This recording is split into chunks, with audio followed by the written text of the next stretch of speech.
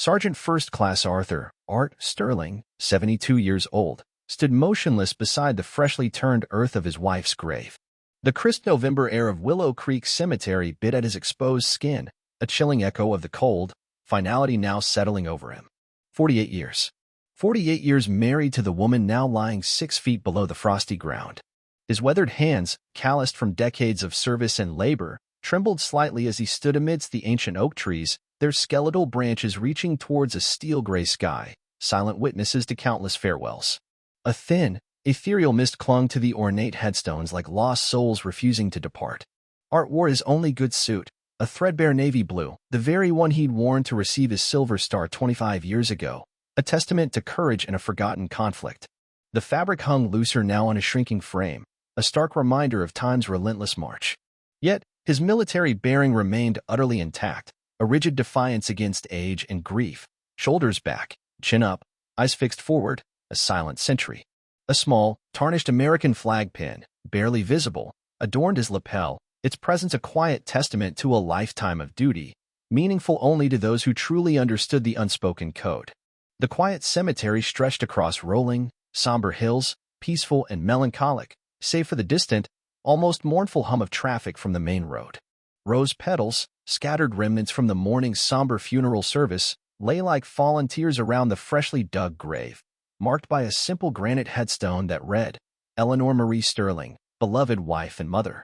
Art had been standing there for over an hour, his voice a hoarse whisper, sharing intimate memories that only they, in their shared history, truly understood. If you appreciate stories that honor the silent sacrifices of our veterans, stories of courage that deserve to be remembered, please subscribe to our channel. Trust me, you'll want to see how this last stand unfolds. Art had enlisted in the Army straight out of high school in 1968, a fresh-faced recruit stepping into a world ablaze. He spent 15 years in active service, traversing battlefields from the Mekong Delta to the sands of the Middle East, before a severe combat injury forced his early medical retirement. He'd served 3 tours in different, brutal conflicts, earning the unwavering respect of his fellow soldiers for his calm, steady leadership under fire and his unshakable moral compass, a beacon in the chaos. The Silver Star, a gleaming testament to his bravery, came after he personally carried 3 gravely wounded men to safety through a hail of enemy fire during a brutal ambush, refusing, against impossible odds, to leave a single soul behind. After reluctantly leaving the military, Roland worked as a commercial fisherman for 25 years off the coast of Maine, battling the relentless ocean with the same grit he'd shown in combat, providing for his family. He married Eleanor in 1975, a beacon of light in his turbulent world, and together they raised 2 children who now live states away with families of their own, pursuing lives he helped build. Eleanor had been his anchor, his quiet port in every storm, the only person who truly helped him process the haunting nightmares and navigate the disorienting complexities of civilian life. She'd battled a rare form of blood cancer for 4 excruciating years, fighting with the same fierce determination Art had shown in combat, never once complaining. He'd been her devoted caretaker, driving her to countless treatments, holding her hand through the worst days, through the agonizing pain, never once complaining about the crushing medical bills that had systematically drained their meager savings, leaving them with little but dignity. When she finally passed last Tuesday, slipping away peacefully in his arms, Art felt like half of his very soul had been brutally torn away, leaving a gaping, bleeding void. Standing motionless at her grave wasn't just an act of grief. It was his final act of duty, his solemn report for a last, sacred mission. In the military, you never, ever left a fallen comrade behind. Eleanor wasn't a soldier in uniform, but she'd been his battle buddy through life's toughest, most personal fights. He couldn't just walk away and leave her alone in this cold, unyielding ground, not yet. Officer Liam Thorne, a fresh face barely 9 months on the force, was brimming with an eagerness to prove himself to his superiors, a desperate need for validation.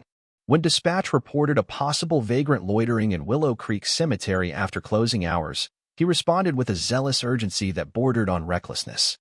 The cemetery had strictly closed its ornate wrought iron gates at sunset the previous evening, and Thorne, brimming with youthful certainty, immediately assumed he was dealing with a homeless person who had climbed the fence, a common enough occurrence in his brief experience. He approached Art with an air of authority that far exceeded his actual experience, his stride confident, his voice sharp. The old man, though undeniably weathered, didn't fit the typical profile of the transients Thorne had encountered, his bearing too proud, his suit too neat. But rules were rules, absolute and unyielding. When Art, his voice thick with profound grief, explained he was visiting his wife's freshly dug grave, Thorne impatiently checked his watch, noting it was well past the official visiting hours, the regulations paramount. Thorne, unyielding, informed Art that the cemetery had specific operating hours, clearly posted, and that remaining after closing constituted a criminal act of trespassing. Art tried, his voice trembling with the weight of fresh grief, to explain that he'd been there since the morning's funeral service, his final goodbye, that he'd simply lost track of time while whispering last words to his beloved wife of 48 years. His words, though broken, carried the raw agony of profound loss, but Thorne, deafened by protocol, heard only tiresome excuses. The young officer's impatience flared when Art didn't immediately comply with orders to leave, his resolve hardening into a stubborn refusal to be ignored.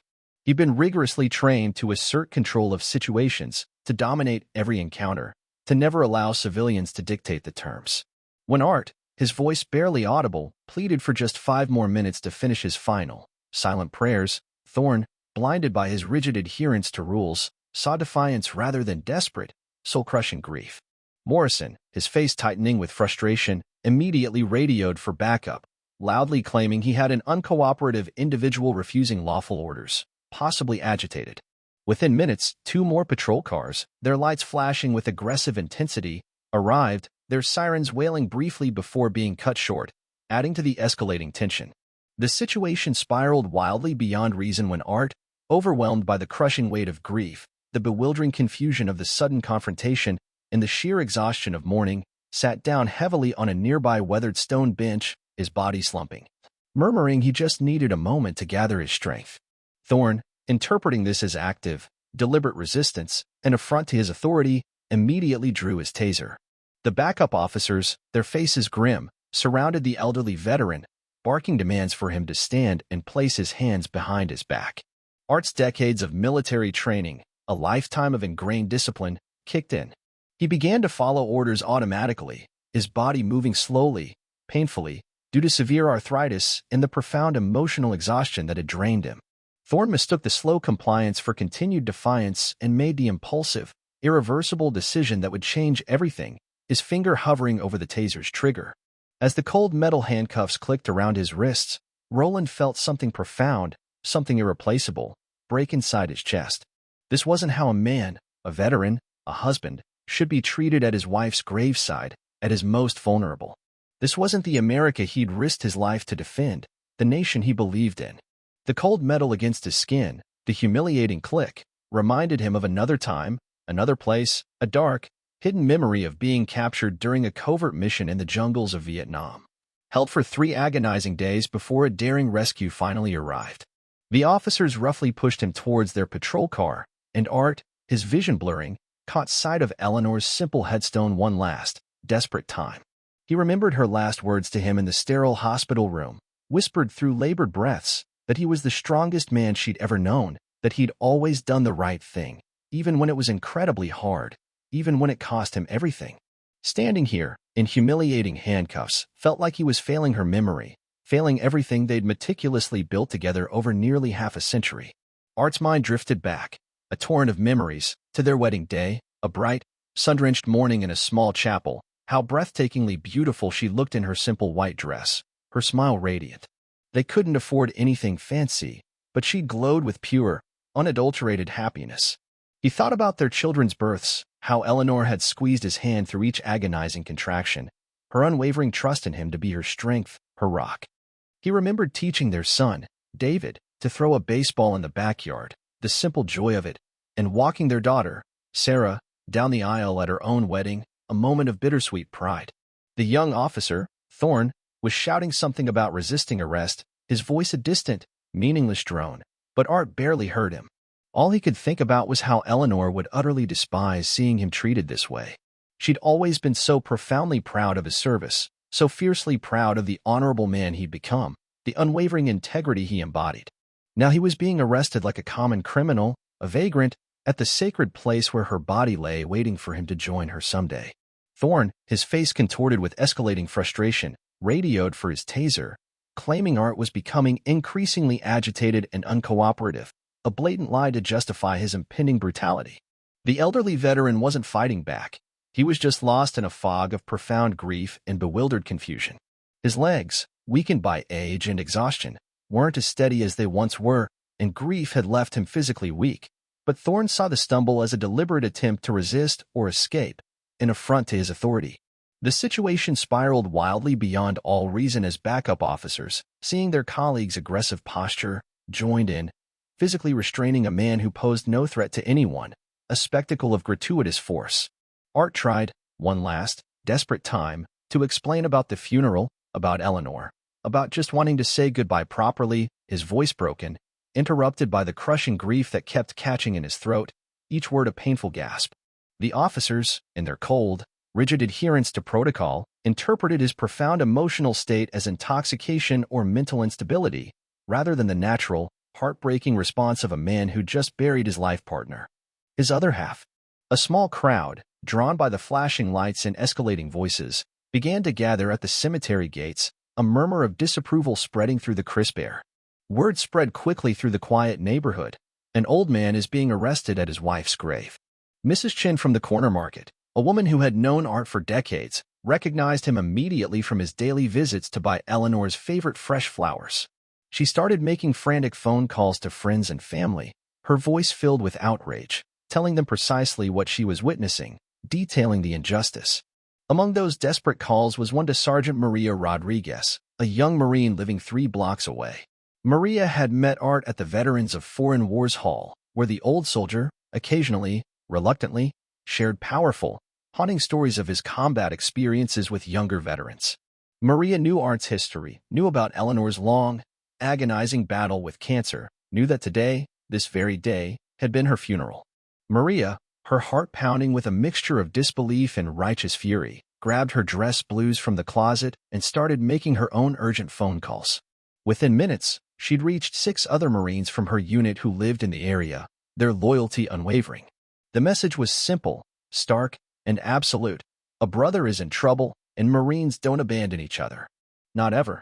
They began converging on Willow Creek Cemetery, their military training, their instincts, telling them to assess the situation with cold precision before taking any action. The officers, visibly unnerved by the growing crowd and their mounting attention, were growing increasingly frustrated. Thorne, his face contorted with a desperate need to reassert control, made the impulsive decision to use his taser, claiming Art was becoming increasingly agitated and uncooperative, a blatant lie to justify his escalating brutality. The elderly veteran wasn't fighting back. He was just lost, confused, and utterly heartbroken. But Thorne, blinded by his own insecurity, felt his authority was being challenged, publicly undermined in front of a rapidly growing audience. The electric current from the taser surged, violently dropping Art to his knees beside the patrol car, his frail body convulsing uncontrollably as 70 years of life experiences, a lifetime of memories, flashed through his mind in a chaotic, agonizing blur.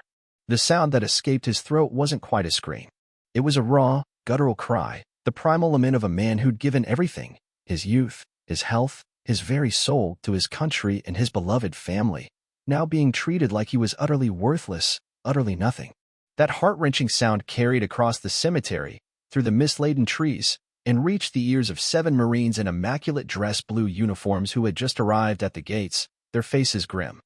Maria Rodriguez, the senior enlisted Marine among them, felt something ignite in her chest, a cold, righteous fire, as she watched the elderly veteran writhing on the ground while 3 armed officers stood over him, their posture aggressive, their authority absolute. This wasn't law enforcement. This was cruelty disguised as authority, an abuse of power. The Marines moved with a precision that came only from shared, rigorous training, from a lifetime of shared values and unspoken loyalty. They didn't run or shout or cause a scene. They simply walked through the cemetery gates in a silent, disciplined formation, their polished black shoes clicking against the pavement in perfect, synchronized rhythm, a chilling, deliberate cadence. Their uniforms were immaculate, every crease sharp, every metal gleaming, their bearing unmistakably military, radiating an unshakable, silent power. Their purpose was clear, chillingly so, to anyone who understood the profound brotherhood of service. Thorne looked up from where Art lay, gasping on the ground, his body still twitching from the taser's after effects, and saw 7 Marines approaching in an unstoppable formation, their faces grim, their eyes cold and assessing. Something in their unwavering gaze, an unspoken threat, made him instinctively take a step back from the elderly veteran, a flicker of fear in his own eyes. These weren't protesters or curious bystanders. These were active-duty Marines who'd immediately recognized one of their own, a decorated hero, being savagely mistreated. Maria Rodriguez, the senior enlisted Marine among them, approached Thorne with the kind of calm, unyielding confidence that stemmed from real, earned authority, rather than merely borrowed power. She asked, her voice low but clear, to see Art's identification, which, once produced, revealed his extensive military service record, a ledger of profound sacrifice. Then Maria, her gaze piercing, asked Thorne to explain precisely what crime Art had committed that required tasering a 72-year-old veteran at his wife's freshly dug graveside, at his most vulnerable moment. The backup officers, their faces pale with dawning realization, began to grasp the monumental significance of their mistake. The crowd at the gates had swelled, now including other local veterans who'd heard the unfolding injustice, their faces grim and determined. Cell phone cameras were recording everything, capturing every damning detail. Thorne's supervisor, Lieutenant Miller, was already en route, his siren wailing faintly in the distance, along with the cemetery director, who'd been urgently called about the disturbance. Maria knelt beside Art, her movements gentle, helping the old soldier slowly sit up, his body still trembling, and meticulously checking for any injuries from the taser's brutal impact. The other Marines, a silent, formidable phalanx, formed a protective perimeter around Art, not physically threatening the officers, but making it undeniably clear that Art was now unequivocally under their protection, their jurisdiction. The dynamic had shifted completely, irrevocably. Authority, now, truly belonged to those who deeply understood the profound meaning of service, of honor, and of sacrifice. Within 20 minutes, Lieutenant Miller, Thorne's supervisor, arrived on scene, his face a mask of furious damage control. The cemetery director, looking horrified, immediately confirmed that Art had legitimate, documented permission to be on the grounds, having been there since his wife's private funeral service that very morning. The trespassing charge evaporated into thin air, along with Thorne's rapidly crumbling credibility as a capable officer. Art was gently helped to his feet by Maria and 2 other Marines, his dignity painstakingly restored by brothers and sisters in arms who understood, instinctively, what it meant to serve, what it meant to uphold honor. The cold handcuffs clicked off, replaced by gentle, supportive hands that guided him back to Eleanor's grave, where he could finally, in peace, complete his heart-wrenching farewell. The Marine stood at respectful, unwavering attention while Art, his voice hoarse but clear, spoke his final, whispered words to his beloved wife, their presence a silent, powerful guard of honor. Thorne faced an immediate, brutal internal investigation for excessive force and a catastrophic failure to properly assess the situation. His body camera footage, now irrefutable evidence, would be meticulously reviewed, witness statements taken, and his impulsive actions scrutinized by superiors who fully understood the public relations nightmare of tasering a decorated veteran at his wife's funeral. His promising career in law enforcement was effectively over before it had ever truly begun, shattered by his own arrogance. The other officers involved faced lesser, but still significant, consequences for their complicit role in escalating a situation that should never, ever have happened. Department policy was immediately reviewed and drastically changed, now requiring explicit supervisory approval before arresting anyone over the age of 60 for minor infractions. Art spent another hour at Eleanor's grave, this time protected by a silent, unwavering guard of Marines who understood, implicitly, that some things, some moments, are profoundly sacred. He thanked each of them personally, his voice stronger now, resonating with a quiet dignity, his military bearing returning as he recognized the profound honor they'd shown him, the unbreakable bond. These young warriors, his chosen family, had reminded him that the brotherhood of service never truly ends, that no veteran, no matter how old or how broken by grief, ever truly stands alone when push comes to shove. The story spread like wildfire through social media and local news, becoming a powerful symbol of both what can go terribly wrong when authority lacks wisdom and empathy, and what always goes profoundly right when people of unwavering honor stand up, without hesitation, for what is morally correct. Art received hundreds of letters from veterans and civilians alike, from every corner of the country, all expressing their profound respect for his lifelong service and their righteous outrage at his humiliating treatment. 3 weeks later, Art returned to Eleanor's grave, his steps lighter, carrying 7 carefully folded letters of profound thanks, each addressed personally to the Marines who'd stood with him that day. He'd written each one by hand, meticulously, the way Eleanor had taught him was proper for truly important things, for heartfelt sentiments. In each letter, he tried to explain, with quiet eloquence, what their unexpected, unwavering presence had meant to an old soldier who genuinely thought his days of brothers in arms, of unbreakable bonds, were long behind him. Art understood now, with a newfound clarity, that Eleanor's final, silent gift to him hadn't been merely her last words or her peaceful passing.